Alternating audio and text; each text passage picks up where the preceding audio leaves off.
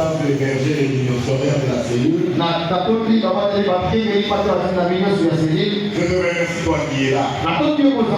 Bien-aimé, sans toi, il n'y aurait pas eu Dieu. Il peut manquer un prédicateur, mais parmi vous, Dieu va susciter quelqu'un. Je n'ai jamais vu un culte où le prédicateur est en train de parler à des chefs libres. Donc c'est grâce à toi qui a culte ce dimanche que le Seigneur sera exalté. Je remercie la mission qui a jeté son évolution sur ma modeste personne pour venir répercuter la parole en ces lieux. Que le Seigneur puisse se souvenir d'eux. Sans oublier, je remercie le représentant légal du chef spirituel.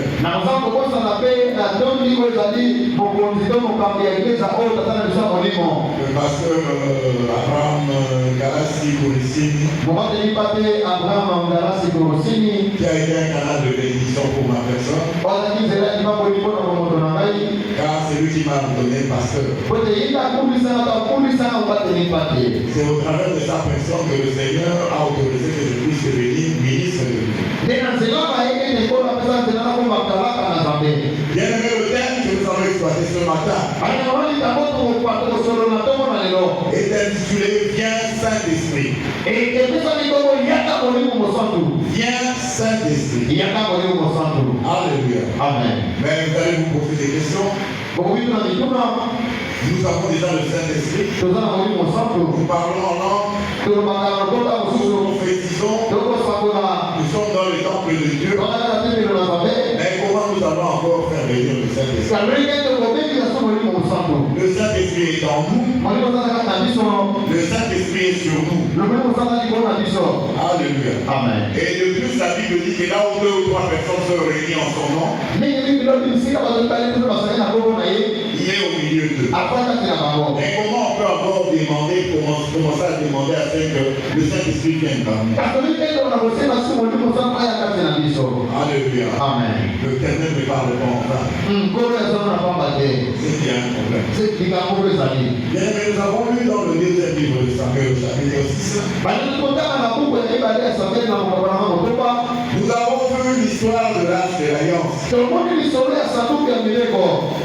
Bien-aimé, le roi Saoul qui avait été rejeté à cause de sa marche, il n'obéissait pas. Il avait un esprit de justification. Quand il commettait des gaffes, au lieu de se repentir, il commençait à se justifier. Le Dieu Tout-Puissant l'avait rejeté au profit de David. Mais David avait dû attendre pendant 40 ans. Jusqu'au point où Saoul, sachant que celui qui devait le remplacer, Saoul voulait attenter à sa vie. Comme David avait été loin par l'Éternel, sa vie était jonchée de succès en succès. Si bien que les femmes chantaient que David a tué, Saoul a tué 1000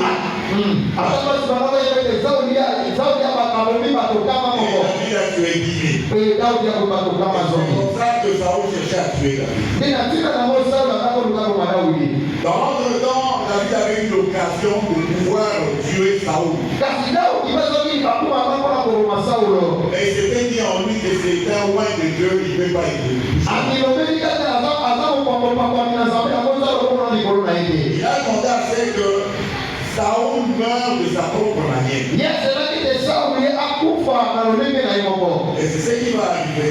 Au cours d'une bataille contre les Philistins, Saoul avait amené l'Arche de l'Alliance. Mais comme il avait été rejeté par le Seigneur, l'ennemi a pris le dessus. Tous les enfants de Saoul avaient été tués. Saoul, se sentant en danger, il s'est suicidé sur le champ de bataille. Les Philistins ont récupéré l'Arche de l'Alliance.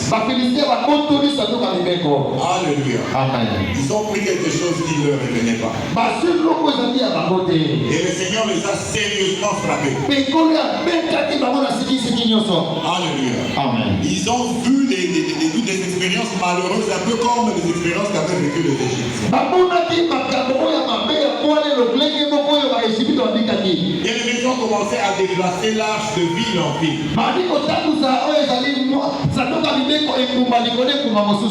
Bien aimé, chaque fois qu'on voulait amener cette arche dans une autre ville, ces gens-là, ils pleuraient, ils disaient non, cette histoire-là va nous amener des maladies, des malédictions.